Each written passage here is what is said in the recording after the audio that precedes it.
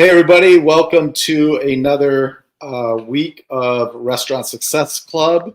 Super excited today. I had the pleasure of meeting our first guest on Clubhouse a couple years ago, and Shawn Walchef has become a social media icon, storyteller.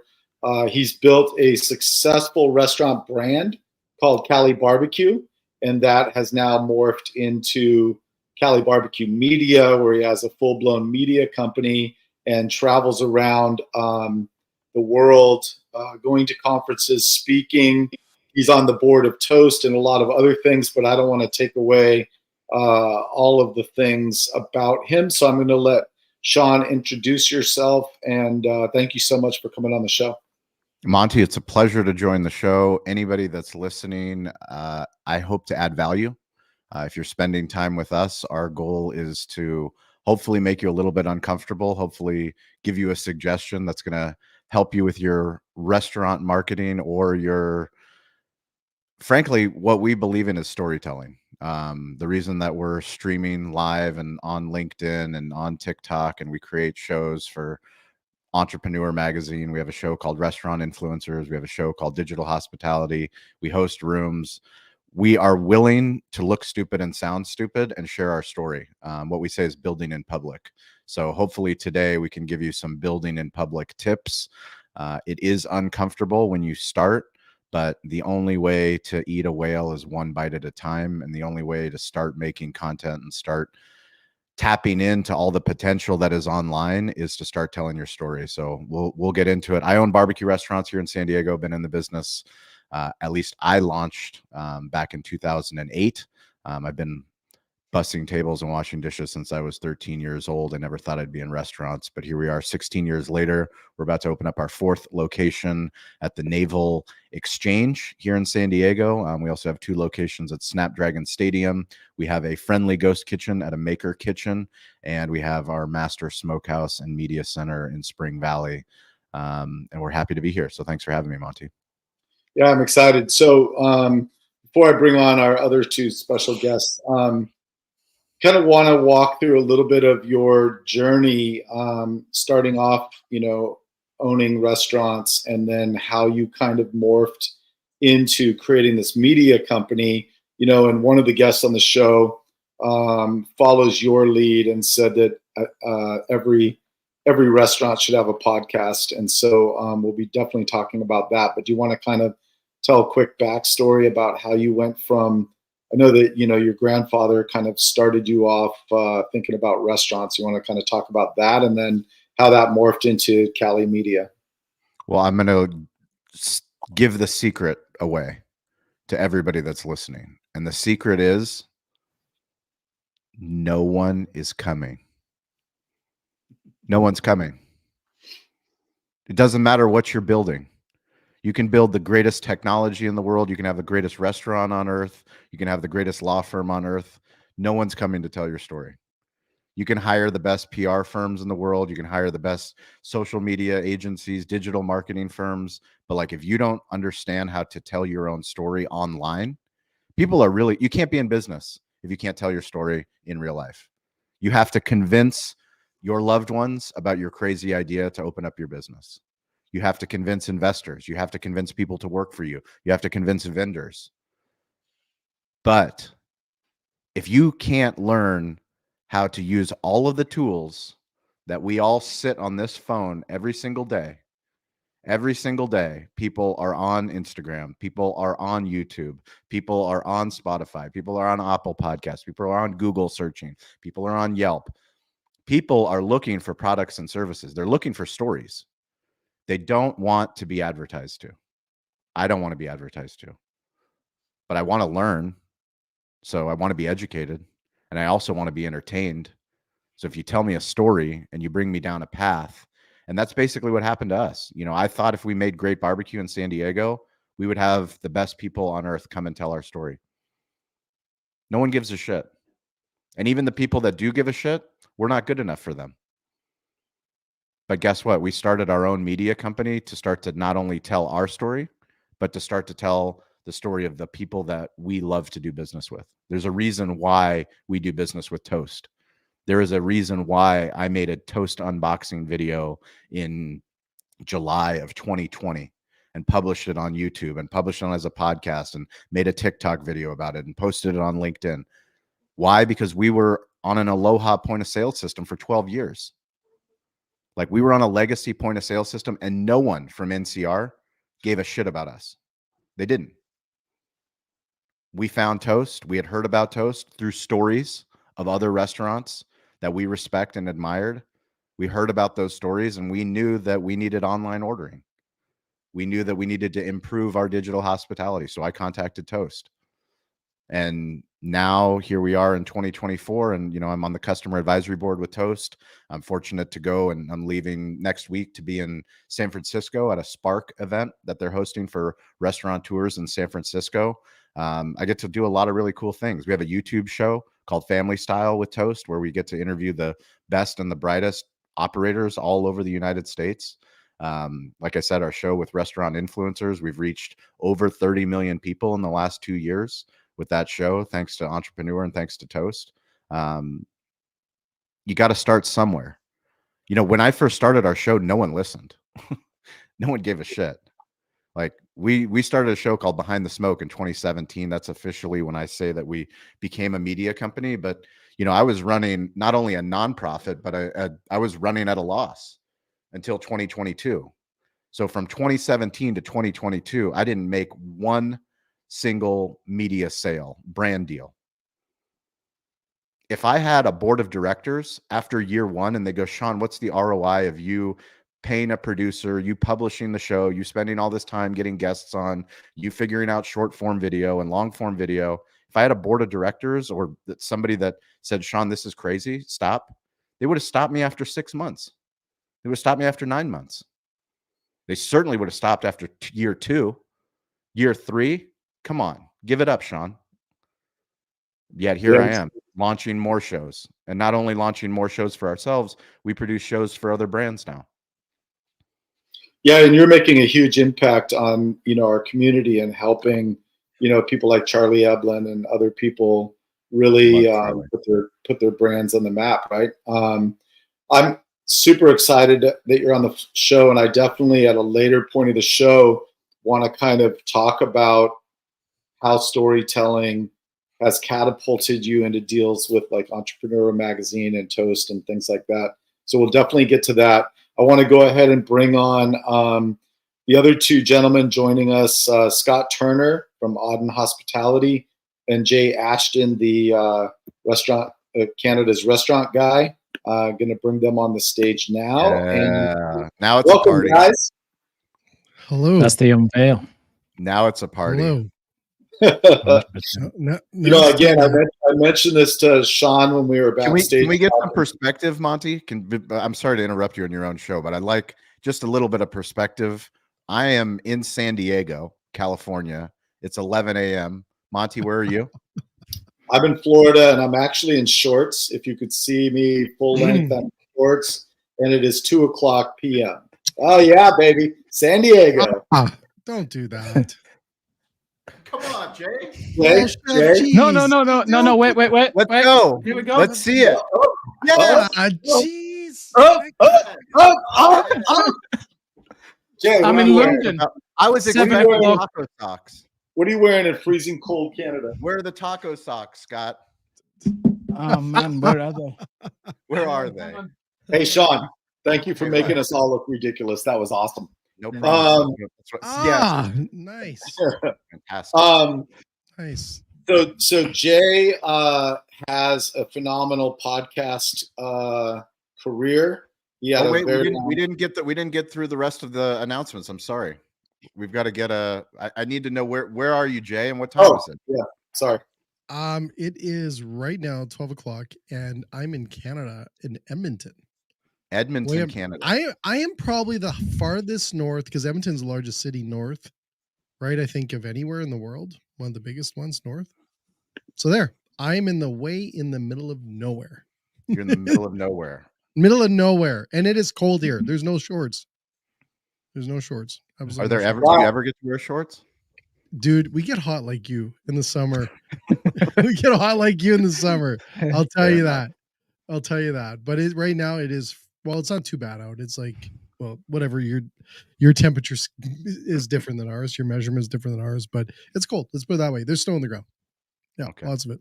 And Yeah. Scott, Scott? you are I'm in London, UK. It is 7:10. Global Nice. show. This is a Nice. global Monte Silva show. That's so cool. yeah. We got three countries for sure, 2 continents. Yeah. Oh, So yeah. we have a cool little note from KM Denise Jones, keeping it real. Love it. My friend Chris Frawley, who lives down here and is the COO for Anna Maria Oyster Bar, said we all need sun. He's got a boat, so he's probably really tan right now. So He's probably in Chris, short. I'm British. I've got an excuse. I'm not sure what all you guys what you're Nice. bringing to the table. You guys don't respond well to sun. yeah. We need napkins. So thanks for that little segue, Shawn. I love it. Keeping it real. So Scott and Jay are also on the show. In just a moment, I'd like them to kind of introduce themselves. But they are gentlemen who have been on the show before. They're fairly regular and super excited that they are here. The 3 gentlemen joining me today have just an amazing wealth of knowledge. And one of the reasons for doing Restaurant Success Club is because I believe none of us are as smart as all of us. And as Shawn says, high tide raises all boats. And so the goal is for all of us to learn something and take something away each time that we get together. For those of you joining us, feel free to comment, ask questions, make comments on this, and we will try to pop you up on the screen just like we did with Chris and Denise just now. So Scott and Jay, do you guys want to kind of go through, we'll start with you, Scott, who you are. Scott. Yeah, who you are. Who I He's am. so what I much do. smarter. Hi everyone, I am Scot Turner. I'm the founder of Auden Hospitality. We work with hoteliers to help them think differently about their F&B operation. So whether that's new projects, renovation projects, or going into existing operations, we go in, we bring a different mindset. 15 years hotels, but 9 years restaurants, which is where I really learned how to run restaurants and bars properly. Also an ambassador for the Burnt Chef project. I thought I'd bring them along. I've not mentioned them for a while. Looking after mental ill health and well-being in the hospitality industry. We were judging the first ever Burnt Chef Awards yesterday, and some amazing people doing amazing things all around the world. So definitely deserves a shout out today. So that's me. Thanks for having me, Follow Monty. Scott on Instagram. He's doing a great job using Instagram stories to document. I felt like I was there judging the contest. That was really cool. Rockstar. Canada's restaurant guy. Hey, Ashton. So I you know what? It's funny. I've been in the industry. I can tell a long story. Shawn's got me telling stories every time I talk. It's a story. I've been in the industry 34 years. Like Shawn, I started in I think it was 13, 14. Rode my bike to my first job. I've been in the industry a long time. I've been with Cisco Canada for 20 years. I built the business resource department for Canada, which I think also, and just let you know, it kind of influenced Cisco overall to shift towards helping people in the industry. So I've been really working on that for my whole career, is to just help restaurants succeed and help businesses succeed. And then 4 years ago, I started an internal media company. And to Shawn's point, you just don't know where it's going to lead you to. And today I've got 3 of the top 10 restaurant podcasts in Canada. And that doesn't include my new late night show that we started about 2 months ago, which is That's not a podcast. Which is not a podcast. I don't know. People say it's a podcast. It's not a podcast. But yeah, it's been an absolute blast. I love this industry. It means the world to me. It means the world to me to see people get through what they're dealing with. It's personal. Let's put it that way. The industry is personal for me. I'm making sure it's around for a lot longer in the way that we love it, the way it is. I want to make sure we embrace it. So, and my goal is to make sure every restaurant has a podcast one day of their own. And we're slowly getting there. We're launching the first restaurant podcast in Canada. In next month. We're launching it, so it'll be the first one that's fully dedicated just to that restaurant on doing their own. I know it sounds weird, but we're always a little bit behind of the folks down south. But yeah, it's I can't think of anything else that I know in the world other than this industry. So there you go.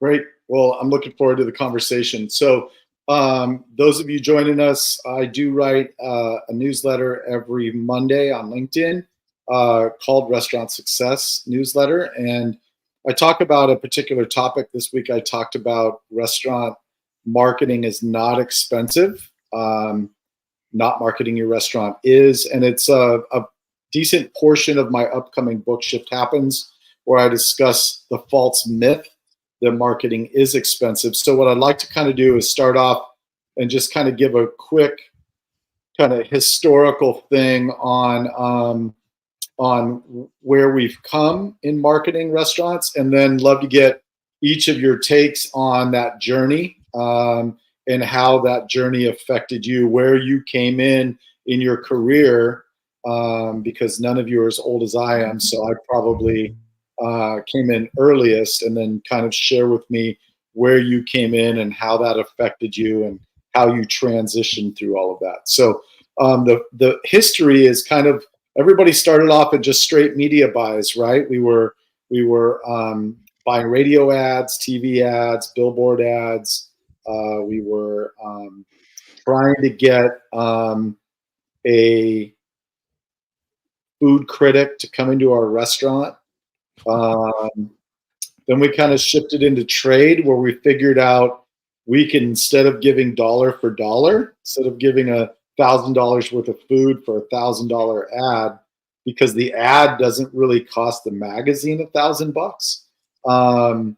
We started doing trade, and we started giving away food or drink in exchange. And so if you've got a 30% food cost or a 17% liquor cost, you're giving a percentage of what the dollar amount would have been. And so that saved the restaurant people money, and they were super excited about that.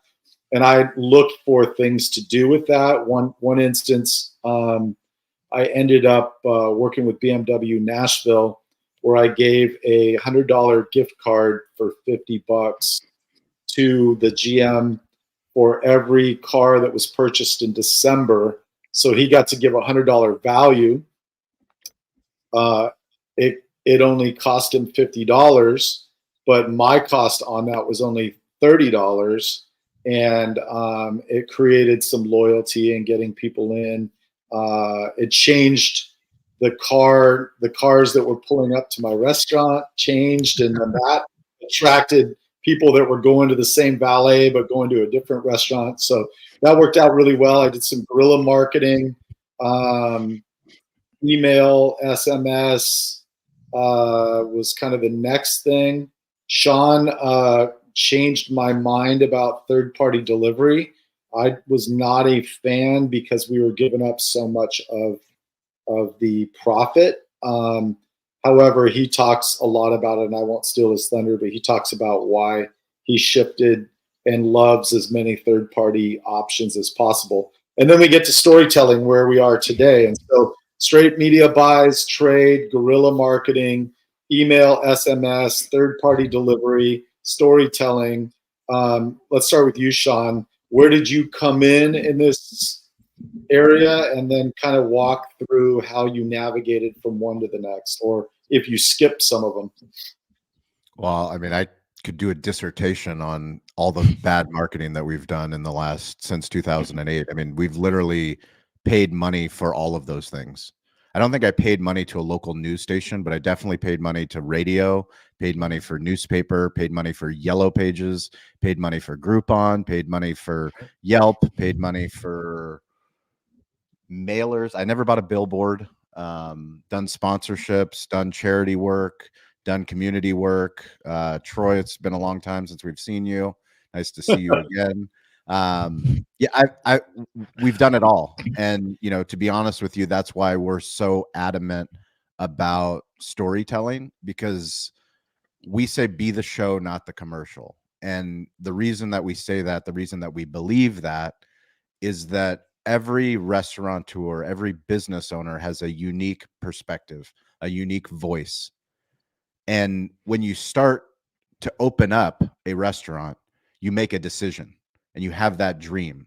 That dream is your unique voice. That dream is the name of the restaurant. That dream is the location of the restaurant. That dream is, why are you going to sell what you're going to sell? We sell that dream in real life to everybody around us. And then when we open up the restaurant, we forget about the dream. We get so focused on the day-to-day of running our restaurant and not going out of business and paying payroll, managing inventory, managing vendors, improving our menu, worrying about third-party delivery. All of those things happen and we stop telling the story. You know, now we're at a place where 2008, the first iPhone came out in 2007. So 2008, using an iPhone, I didn't even have an iPhone. I actually talked shit to Lou Bush, who was a former Charger that opened up a barbecue restaurant the same time I did. He waited in line for the first iPhone to come out. And I was like, why would you wait in line for some stupid phone? Now that's the only thing that I use. I mean, outside of doing live streams like this is the only time that I'll use a laptop computer, but I do everything from my phone. And I suggest that anybody that's listening to this, start with your phone. You know, start with what you have. Start where you are with what you have and do what you can. That's an Arthur Ashe quote, something that I read a couple of weeks ago, and it reminded me of the struggle that we all have. The struggle that we all have with marketing is we see marketing that we like. We see a local restaurant that we admire doing something really cool with email marketing or doing something really cool on Instagram, or maybe they're popular on TikTok. And we're like, I want that. Well, you don't get that unless you put in the work that they've done to get to where they are. And frankly, your customers don't want that either. They want you. The answer is you, the restaurant owner. The answer is you telling your story and showing us, why do you give a shit about waking up and going into your restaurant? If you give a shit, why aren't you publishing that? You know, the idea is that the camera should always be on. We don't need to pay to create YouTube. How much does it cost to start a channel on YouTube? Zero. How much does it cost to start an Instagram account? Nothing. Like, we have everything, but because we have everything and because it's so easy, we come up with all the excuses of why we can't. Absolutely. Yeah, that's great. So do you want to kind of shift? So you kind of covered a little bit, but you want to kind of talk about why you shifted to the, you know, the storytelling, and you kind of just mentioned it, but can you kind of use examples of, because you said earlier, people don't want to be sold to, right? They don't want to be sold to. They want to learn and grow. Do you want to be sold to? No. Do you like being sold to, Jay? I hate it. Yeah. It Scott, sucks. I switch off. You like it? No, I switch off. You just actively every day looking for ways to, like, how can someone sell me something that I don't need? Yeah, all those inbox, all those DMs for mailing lists in LinkedIn. Yeah. I live for them every day. Oh man, Like the Can't AI wait, filter, because I use Shawn P. Walchef, and that's how I listed on LinkedIn. I know exactly who's using an AI bot to sell me something because they go, "Hey, Shawn P, I'm so-and-so and I sell insurance. I love your profile. I'd love to connect." Like, listen, no one's going to call me, "Hey, Shawn P." I'll meet with anyone on earth. I actually don't mind being sold to because I reverse sell. But, like, honestly, like, cut the shit. Hey, Shawn P, stop it. So before we move on to Jay and Scott, let me ask you this, Shawn. So when I'm talking to employees of a restaurant, one of the things that I try to do when I'm focusing on hospitality and how that's different than service is I talk about food is a commodity, drinks are a commodity, you know, the ambiance is a commodity. All of those things can be replicated.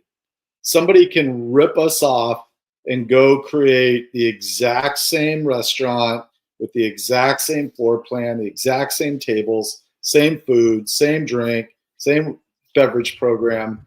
But the one thing someone can't rip off are the people that work in the restaurant. And that's how we create differences in how each individual expresses their hospitality to the guest and really creates that. Can you kind of tie in what I talk about when I'm talking about how important the guest experience is dependent upon the individual personalities of the people providing the hospitality, and share why, if you're on Instagram, it's better to have a video with people in it. It's better to have your staff in it so that the guest can connect with you, who you are. Can you kind of explain why you do video over still and why you always focus more on people than product? Well, I'm going to first start and ask you, what do you think the difference between customer service and hospitality is? I think, well, customer experience No, combines customer everything. service. What is customer service So versus hospitality? with the word customer, it does apply hospitality. In the word of service by itself, that's a skill set. That's not a mindset. Hospitality is a mindset. Service is it is based on meeting or exceeding the guest physical needs. Hospitality is meeting or exceeding their emotional needs. Service is transactional. I'm going to serve you, you're going to tip me. Hospitality is relational. It's creating a connection. And so if you ask me the difference between service and hospitality, that's what I say. If you're saying guest experience, that's a combination of both. So I believe that customer service is bullshit. I believe the whole thing is bullshit. And I believe that the true differentiator for people that are in restaurants, in hotels, in hospitality, that's the secret sauce that every business needs. Customer service is treating someone like a human. Just respecting a human is customer service. It's the bare standard. Hospitality is the standard above. How do we treat someone that's a stranger as someone that's a family member? How do we make them a family member? Well, we do that in a variety of ways. But the things that make us stand out, and to your question about Instagram and videos, humans are the heart of everything. We connect through story. No one gives a shit about the logo. We're attracted to personalities. We're attracted to humans.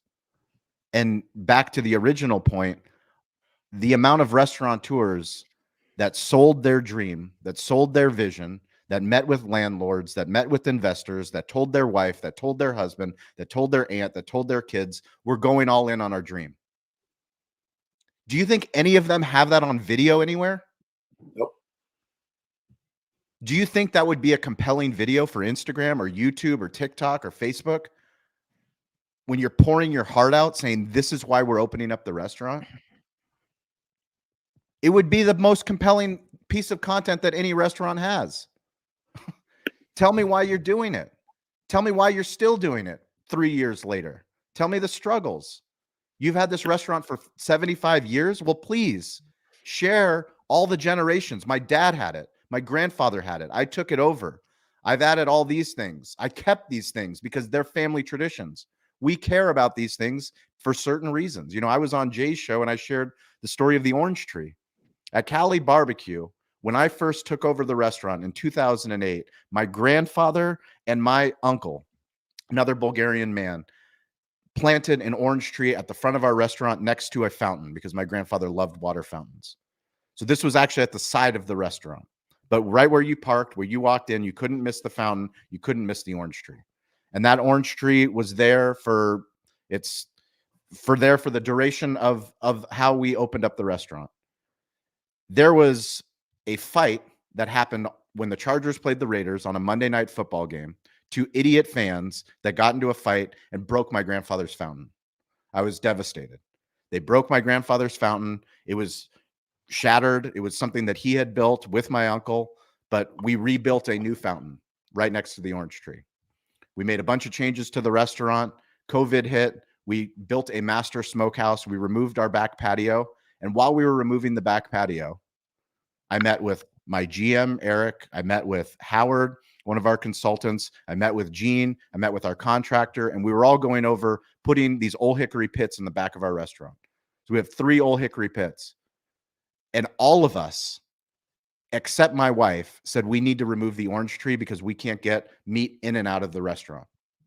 It's going to block the entrance to bringing meat in. It's going to block the entrance to getting meat out. And my wife, who is Bulgarian, said, we will not remove that orange tree. That orange tree is something that your grandfather and Simeon put there. And because they put it there, it's important to this family. And you guys will figure it the fuck out. Figure it the fuck out. And we did. And guess what? The orange tree is still there. That's the awesome. story. Every single restaurant has an orange tree. Every single hotel has an orange tree. Every single business has an orange tree. We all have these things that we fight internally for. We fight as a family for. We fight for our customers for. We fight for our community for. But we don't share them. That's what the internet wants. That's what storytelling is. Do you know what's also, I'm going to jump in on that too, Shawn. The funny thing, I don't think it's a funny thing, is that, I've had way too much coffee today, by the way, is that I really, here's the crazy thing. And I'm like, when you're talking there, Shawn, you're reminding me of my dad, of talking about his story. He was a professional storyteller when he was around. He was awesome. There was always a story. And then when you talk about like restaurants and them telling their stories today using these platforms that we all have on our hands and through social, guess what? Back in the day, my dad would tell a story without a phone. He'd be telling it to his folks, and we believed those stories when we were sitting around the table, and he would engage with us. We're just using this device today to amplify it and to use that means, right? But it goes back. We believe stories from way back in the day. And then when you look at those restaurants, I remember my dad used to always say, let's go to Nick's. I'm like, Dad, you don't know Nick. In my head, I never said it to him, but I knew he didn't know him, but he knew of Nick like he was, because he'd go into the restaurant and Nick would be walking around telling his story about his pasta, his pizzas, and everything else. We got, I think, through the 90s, let's blame the 90s, is that we stopped really creating those relationships in the storytelling model because the internet was coming in. There was a whole different change. Early 2000s, that very beginning part, we didn't really connect. And I think when you talk about sharing the experience, sharing who we are through these devices, we're amplifying. We're taking the stories that our parents told us back in those days. I don't know if you guys remember like the sitting around a table and having coffee and talking about a story, and someone said like, oh, let me tell you about this place, this restaurant. It's crazy. It's amazing. You got to go there. We were always leaned over and we're listening to them. Yeah. Today we have these phones and these systems and these channels to tell stories, and restaurants can do that same manner. And I believe every restaurant's got a million stories to tell. Everywhere. Shawn, you talked about your barbecue on my show, right? I was telling someone else about that barbecue story that you were telling. I was telling yesterday to someone else in our country, right? So I think we just need, I truly believe it's the power of story. It's never going to go away. It's been around forever. We've got these amazing programs today to amplify it and to give people this amazing opportunity for us to relate to them and to connect to them. And to feel those emotions, feel that energy, like you said, that everyone's got. And I think it's such a beautiful thing. And I love when you tell your story like that, because it reminds me of my dad. And my dad would have kicked. Is he still around? No, he'd passed about 14 years ago, but he would have been a freaking YouTuber. So yeah. I got asked today, and I'll tell you guys, no one knows this, and hopefully no one, don't tell anyone. Let's put it that way. I got asked today. We have a group up here in Canada. It's a little bit similar to how the Amish is in the US. In Canada, we call them Hutterites. I got asked, I was talking today about doing a podcast with a Hutterite colony and interviewing people, right? And going out there and getting their stories captured. How awesome is that? That's really so cool. If a Hutterite colony can do social content creation, right? That doesn't use phones and all these other things. You can do a podcast anywhere, and I think you can storytell anything. So I absolutely love that. But every time you tell me, I tell him my dad comes back in. I'm like, man, my dad would have kicked ass, podcasting or storytelling. Yeah. So Jay, let's go to you. So in Canada, in your experience, did you experience the same kind of straight media buys, trade, guerrilla, email, SMS to get storytelling? I may have been for the last 20 years in the corporate world here, But talking to Shawn, I'm bringing up all my memories of running restaurants and owning restaurants. They're coming back. My PTSD's coming back, and it's a lot of fun. I remember I remember my owner, it was his birthday once, and we had over like 3,000 pamphlets of his face blown up. And then I handed him out like masks for a party we had that night. So when he came in, the whole room looked like him. And he was pissed off because people were sticking them on cars down the street. So I have done everything when it comes to marketing. Same as Shawn. I actually never used a billboard either because I think they were too expensive for us to do that. They're way too much money. It's like, shit, I love to, but I can't afford it. But I remember doing TV, news, radio. We didn't, influencers didn't exist. Writers were typically for the bigger centers in Canada here, but I did all those things, and I tell you, the amount of money that we spent and the amount of money that those companies took, like almost like greedy took from us, because they were like ridiculously expensive. Thinking about what that is today, this is like, even if you do include ad spend a little bit in your programs or your storytelling, it's a fraction. It's not even the tax what you would pay on advertising in old traditional ways. And I tell you, I've done them all. I've done them all. I was writing them down even, and just thinking about all the things I've done in the past. And I've worked with big chains and national accounts and stuff like that as well, ran them. But the one that I ran, here's the best thing that I tell people, and this is why I feel I have to give back so much, is a lot of people talk about the successes too. And oh yeah, I ran a lot of restaurants, I had a great time, and I built this empire and everything else. Well, I'm the guy that'll tell you, I drove a restaurant so far in the ground that you wouldn't believe.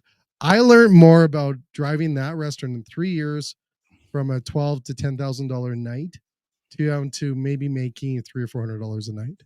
So I have been through that, where we were, oh God, I'm telling you all the stories.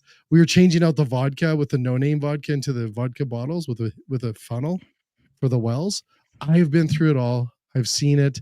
I've seen what happens, but I learned more about what I do today to help people out 20 some years ago with that restaurant that I put into the ground. And it was devastating. So I don't want people to go through that. I always say, when shit hits the fan is when your bills change color, right? You go from like the pinks to the yellows to the white to the envelope, like they change, and it just gets shittier and shittier, and like it gets bad, and then the lineups get longer in your office. So so I've done all that, but I tell you, Shawn, you bring back so many memories, man, of my past. I'm telling you, we're gonna have to have a drink later. There you go. Well, look, we've got another continent. Nihil from India has joined us. Yeah, got our digital hospitality crew showing up. We appreciate that. I love it. Yeah, we had Shawn and Elizabeth and Nihil. That's awesome. So Europe, England, same kind of thing for you, Scott. Media buys, trade, guerrilla, email, SMS, third-party delivery, storytelling. Same kind of trajectory for you in your career. Yeah, similar. I'll share the story right at the start, and the story right at the end, just to put it in perspective. Right at the start, 1996, I got my first position as F&B director in this big country house hotel, and we relied on three things to generate revenue from a marketing perspective. The first one was the concierge. We worked the concierge around the city like you've never believed. We were giving them free drinks. We were making sure their clients were well looked after. Like, we were smoking those guys every day. So that was the first one. The second one is our maitre d'. Monty, you know it from the puck days and stuff like that. Like, our maitre d' was one of our biggest marketing tools. He was the guy who used to go out, he used to bring people in, and he used to keep those people coming back. The third one at the time was we used to give celebrities tabs in the bar, because we knew if those guys were in the bar, people would come in as well. So there's a little band here in the UK called the Kaiser Chiefs. They were one of our biggest tab damage, the biggest damage on our tabs. But we knew people would come, right? So it was easy money. We'd drop them $1,000 a night, and we'd take $10,000 to $20,000 in revenue on the top. So we knew we were going to make it. So they were the old days. Fast forward that to COVID, we opened a bakery brand. I did a post on this a few weeks ago on my Substack newsletter. We came out of the first lockdown in the UK.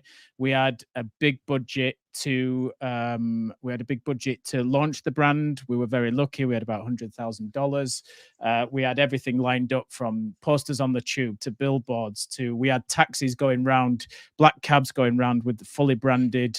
We had the lot, right? Our marketing woman thought it was Christmas until lockdown came, and everything got shut down and we couldn't launch the brand. We were about 4 days away from launching this brand, and that was it. We had nothing, and we'd spent the cash because we were ready to open. We went back to our boss. We were like, listen, we're in lockdown. It was 5 months.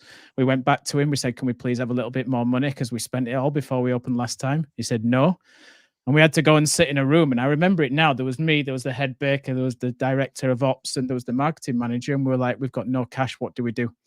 And we developed a lemon meringue croissant. Yes. And Uh-huh. Yeah. You like that? You like that, Jay? I like Good. it.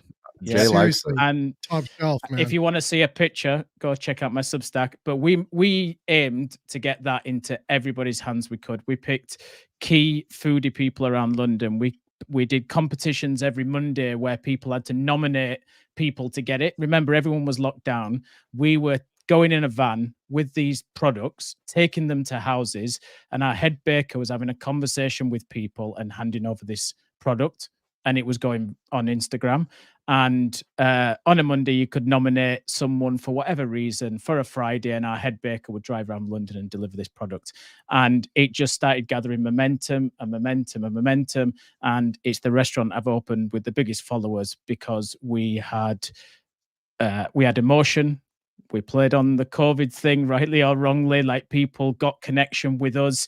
We were going on Instagram lives to do bake-alongs every Friday when people were posting pictures of it. Like, we went into anything we could do for free because we spent $100,000 and we weren't allowed to open the restaurant. So it's back to, we started at the start where it was about celebrities and tabs and fake marketing, and we ended on pure emotion and storytelling because we ran out of cash, and that's what we had to do. And the reason I go on LinkedIn and post every single day is because when I started my business, I didn't have money for marketing, and I met Jim Taylor from Canada. I'd spoke to him for a while, and I was like, listen, I don't know how to kind of talk about the business because I don't have any money. And he said, go on LinkedIn and create content and share your knowledge, and sooner or later people will come and have a conversation. And apart from referrals today, it's still the place where I get all my leads because I turn up every day and I try and share as much value as possible. I don't hide the secrets of what I do with my clients. I share it. Everything's there for you to do it, and you can go out and you can do whatever I say on there if you like, but it'll always be done better and quicker if you give me a call on DM down there. So yeah, but listen, it's about storytelling. It's about creating value. It's about giving people a reason to follow you and to like you and to come and visit. So that's kind of the transition that I went through, 1996 to 2024. Yeah. So a couple quick things, because Shawn, you mentioned emotion, or you told a very emotional story, and Scott, you just mentioned it. So when I'm talking about ambiance and your food and your drink and everything, I talk about how, and I'm going to use a cocktail story. I went to a training session where they were teaching us about garnishes, and they asked us all to plug our nose. So we put a closed clip on our nose and we tasted the sea salt, and they said, what's that? What is it? And everyone said, oh, it's sea salt. And then we took the clip off of our nose and we tasted it again, and it was actually celery salt, not sea salt. But because we weren't using the sense of smell, we couldn't taste the celery salt. Then they had a rose petal on a drink, and they said, what does this remind you of? And instantly I thought of my grandma, one of the most hospitable people on the planet. She's passed now. Would do anything for anyone. Super fond memories of her. And so as I smelled the rose, I thought of the potpourri at grandma's house. And what that does when you can elicit those senses, you're eliciting memories, and that's jarring emotional reactions. And as Shawn told the story of the orange tree and his grandfather and his wife being the one to say, no, we're going to protect this. There's an emotional thing there, and that transcends on video just like it did with Shawn telling that story. And we can do that in our restaurants. We need to do that in our restaurants for our guests, but we need to be able to convey that emotion, because as you guys talked about trying to grow your businesses, I'm emotional about that too, because it took me 4 years of writing, blogging on LinkedIn and all of that. And so I have an emotional attachment to the storytellers on this show. So that's just kind of wrapping up the importance of storytelling. We don't have a lot of time left, but there was a gentleman. Let me see if I can find his message. Sorry, Monty. I just want to say, Scott, you were mentioning about tubs. I've got one tub story. Shawn's like, tub, not bathtub, Shawn. I have one tub. Is that I brought Snoop Dogg in and talk about the demand that Snoop's entourage brought in. $8,000 later, walked out of that. That was the bill. His entourage drank my bar dry, and Snoop never showed up. But he's the word of his band and everyone else sure brought a crowd. I will never.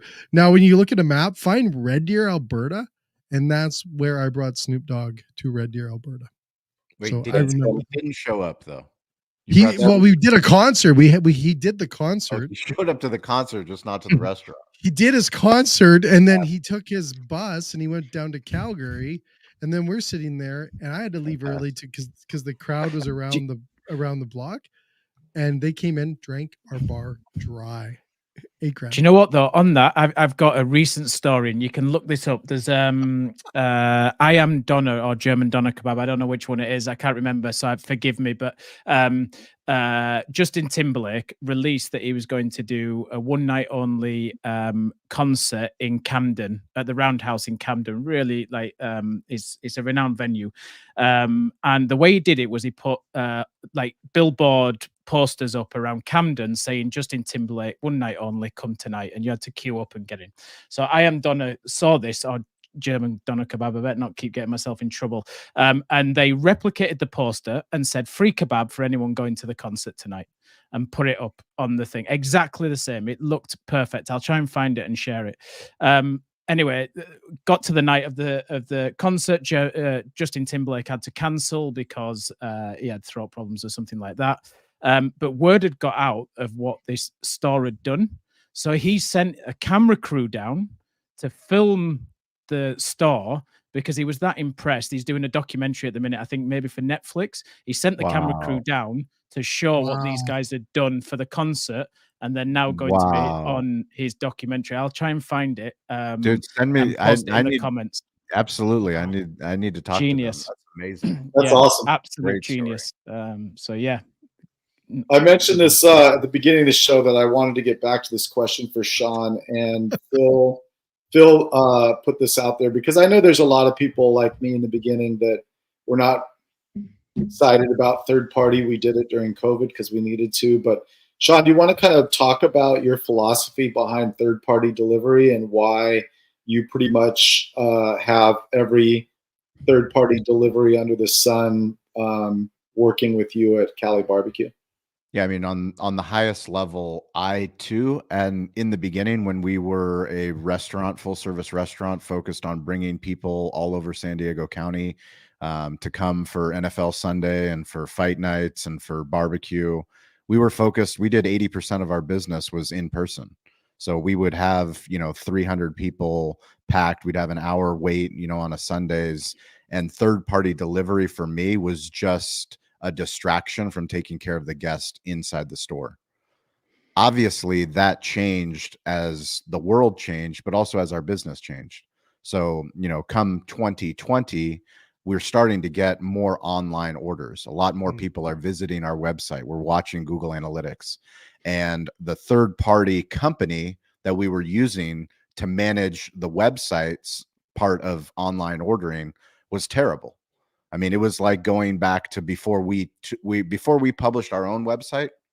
I used to have someone else manage our website, and then we switched where we actually could go in and self-publish on our website. That was back in 2010. But from the online standpoint, we had a terrible online ordering program. And because it was terrible, we couldn't grow that program. That was when we switched to Toast. And by switching to Toast, we started realizing, well, it's the pandemic. So people aren't coming into the restaurant. We're going to need to turn on Uber Eats and DoorDash. We were on DoorDash, but we added Uber Eats, we added Grubhub.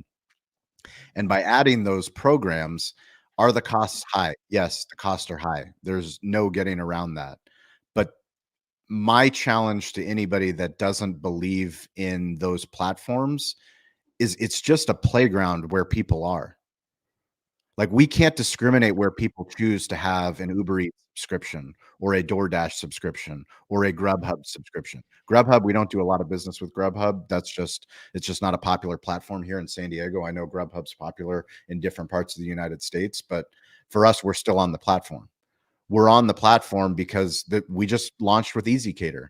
Why? Do you think I want to give EasyCater our money? No, they're great partners, but there are corporate companies here in San Diego that literally have a corporate account that go to the EasyCater menu to order for Qualcomm or for any of these biotech firms or any of the large employers here in San Diego. And if Cali Barbecue is not listed, I don't care if they're taking 50%, like, we won't get the order.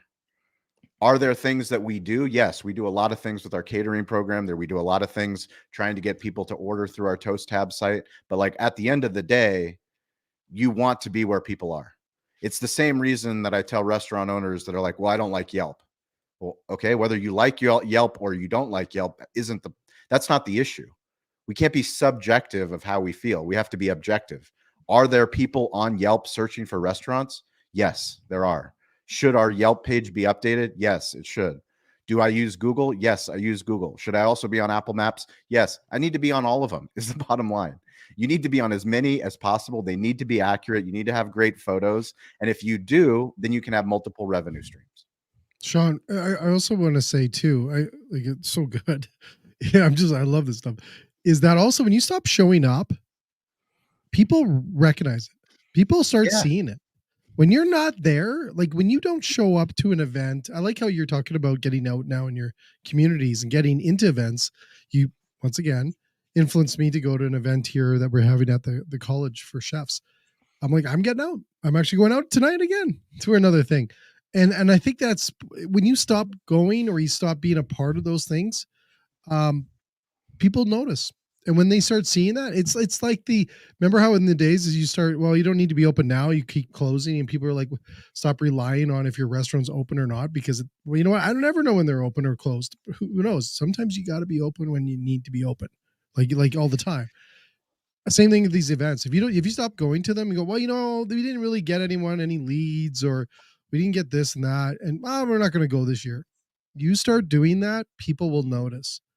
And sometimes it's a hit and miss. Sometimes you get 1,000 people, and sometimes you get like one, right? And you balance that. And it's no different than back to storytelling on social. Sometimes your post will get 10,000 views, and sometimes they'll get 10, right? But when you stop, people realize it. You got to show up every day. And to like Scott saying, you got to show up, man. Like he's like on LinkedIn, man, you're everywhere. And I love it. He said you got to turn up. Turn up, which I like. Like a turn up in a garden? No, you got to turn up. I like that. Not turn up, not a turn in. It's a show up. Listen, I'm gonna tell you my perspective on this, Monty, because listen, like I understand there's people who get frustrated with third-party booking engines, but who are we to tell the customer how they should order? Fundamentally, if a customer is comfortable to order on DoorDash or Uber, let them order on Uber. If you're not there, you've missed a sale. I run by Chloe here in the UK, now Beatnik in New York. We were doing $50,000 a week only on delivery, and we were paying 22% commission.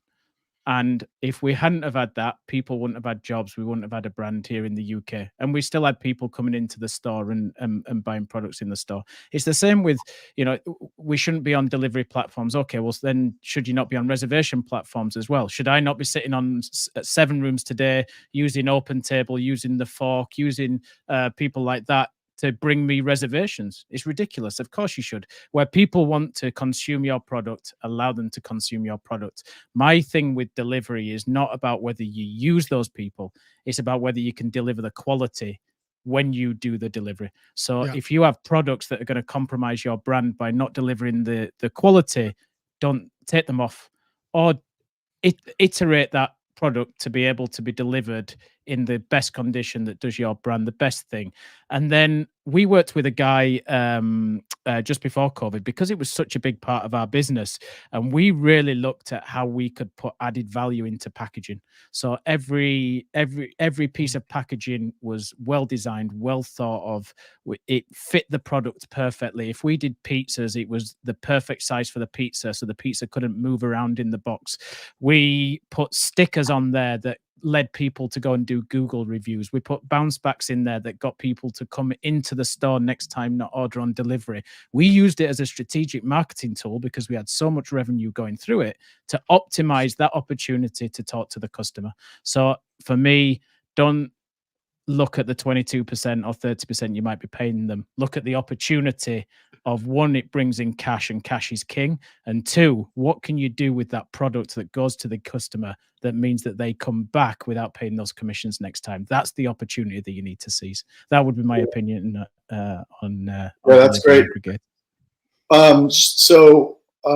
Shawn, it's interesting. I've heard you say you want to be the Amazon of barbecue, and I'm understanding that more now as you talk about third party, and these different things, because basically Amazon is a delivery tool, right? And so if you're using these delivery companies to deliver your product, you are in fact becoming the Amazon of barbecue, which is awesome. We are going to kind of wrap up.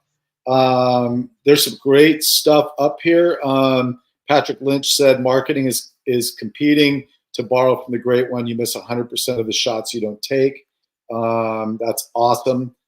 Shawn, do you want to talk a little bit about just kind of how to get a hold of you, what you're into these days, and best way for people to follow you? Yeah, I'm weirdly available on all social platforms. You can send me a message here on LinkedIn. You can send me a message on Instagram. It's at Shawn P. Walchef. But I'm grateful for all of the people that joined the call. If there's questions that we didn't answer, please send them to me or to Scott or Jay or Monty. We'll more than happily answer them. I think one of the questions was about social media. Which social media platform should we start with? And I think the most important thing is video. So think less of the platform and think about video. So if you do video, it will answer a lot of the social media platforms. But if you need to pick one, do TikTok, because TikTok forces you to do video. It's also a great algorithm that you don't have to have any followers, and you can get videos that have 10,000, 100,000. I mean, we're fortunate that our Cali Barbecue, I literally don't edit the videos on Cali Barbecue on our TikTok page. I literally just go into our kitchen and watch Bernice, our pitmaster, fabricate ribs. Like, literally, this is what she does. This is her craft. And I get those videos, and some of those videos have hundreds of thousands of views. Some of them have millions of views. Does it translate directly into sales? No. But I'll tell you what, we do have people that have seen those videos and have come from wherever they've been visiting and landed in San Diego, and they picked our restaurant to come because of those TikTok videos. That's great. Jay, my buddy in Canada, my brother from another country. So I gotta tell it's a couple things here before we wrap up. And first of all, like Shawn said, thank you to everyone who joined us. Monty, it's always a pleasure. Gentlemen, I'm always blown away by all of you. You're incredible. JP? JP, you like that? JP, I like that. Hey? I like that. Yeah, there we go. AI. His name is not JP. Remember that. JP. I love that. Anyways, a couple things I want to say here. First of all, like I said, just blown away by all of you. From Canada, you guys are incredible, and we take so much from what you're doing and what you say seriously up here. Couple things I do want to mention what Scott said on the packaging, though. I actually, way back in the day before social even existed, I used to write messages inside my pizza box, and I actually wrote Nickelback a message because they ordered from our restaurant one night. And I actually told them that I was a bigger fan of Kiss than Nickelback. So I probably pissed them off while they enjoyed my pizza. But I do want to tell you that you need to own your takeout containers, and you need to make sure that they're good quality, because I still see crappy quality in the boxes and it ruins the experience and everything else. Spend a few dollars more on your packaging and do the proper things there. I always say own your packaging as much as your food, because it could ruin a great steak or a great meal or whatever it is that you have inside of it. And on the social fronts, as Shawn said, I'm a TikTok believer. There's a reason why it's moving up the charts fast, and I think it's a great tool. Because one, it's addictive. I don't know if you guys are addicted to it every night, but it's a great tool. Troy Hooper is. I love you, Troy. Right? Yeah. Troy absolutely is. That guy's a rock star. It is a great tool, and I'm a big believer. Pick the platform that works for you, right? A lot of people say, here's the platform, you should go there, but they've started on this one. But then pick the one you like, and then find one that you don't know anything about and try it. And explore. Don't stop. I think Shawn, you says like, just don't stop. Just because you got good or you're getting some traction, don't stop. Scott, how about you? Yeah, the best place to get me is LinkedIn. That's where I am. That's where I turnip every day. And he didn't get that. That's where I turn up every day. Did turnip? You turn ups on LinkedIn. Come on. It's a total t-shirt. It's a little bit slow. Exactly. It's a delay. There's a delay in Canada. It's okay. Exactly. It's got to go through our government. Exactly. But listen, I remember, and back to Shawn's point of being weirdly available, he absolutely is. And I remember pinging Shawn a note to speak with each other, probably middle of last year, something like that. And I was talking about how I'd been on on LinkedIn, and I was doing all written, and I needed to do something. And Shawn gave me the kick up the arse that I needed to start doing video, to start in the nicest possible. It's a really nice way of kicking you up the arse, of posting video and doing the podcast and just being uncomfortable and making cringeworthy content that after time is not cringeworthy anymore. So just turn up and do it. You'll forget to do it and you'll kick yourself, but just go back in. The other one I would say of what I've done, because I wasn't social media savvy, and I've taught myself over the last couple of years, is whatever platform you go on to, do it consistently. So if you're going to go on Instagram, just do it. If it's 2 times a week, be consistent 2 times a week, and then go to the next, and then see how you can just keep increasing on the ones that you like and the ones that you're getting traction, because that's how you get people to buy into what you're telling, by knowing that you're going to show up all the time. So yeah, hit me up on LinkedIn. I'm also on Instagram. I'm testing Insta stories and just being more active on there at the minute as well. We need to get Jay and Monty on Insta stories. Definitely. Yeah, I'm all for it. Hey guys, thank you so much for joining me today. This has been a great conversation. I love all of the things that all of you do. I'm super excited. I've got different things going on with most of you, little side projects and stuff, and I'm super excited about those things. I am going to run, because my quick story is I have a 5-year-old son named Isaiah. He's awesome, and I have to go pick him up from pre-kindergarten. So I'm going to sign off, but thank you so much, gentlemen, for joining us. All of you that asked questions, posted comments. I do go back after the show and respond to everyone in case I missed something along the way. So if we didn't get to your comment or question, I will be going back. I highly suspect that the 3 joining me will do the same. So thank you all. You can catch me on LinkedIn mostly. I do stuff on Instagram, YouTube, and TikTok as well, but mostly on LinkedIn. This is where LinkedIn Live lives. This is where my newsletter is, and I post my column on Shift Happens magazine every week. And so this is the quickest, easiest way to get a hold of me. But I am on some of the other social channels as well. So thanks again, everybody. We'll see you next week. Thanks, guys. Cheers, guys. Thank you. Peace.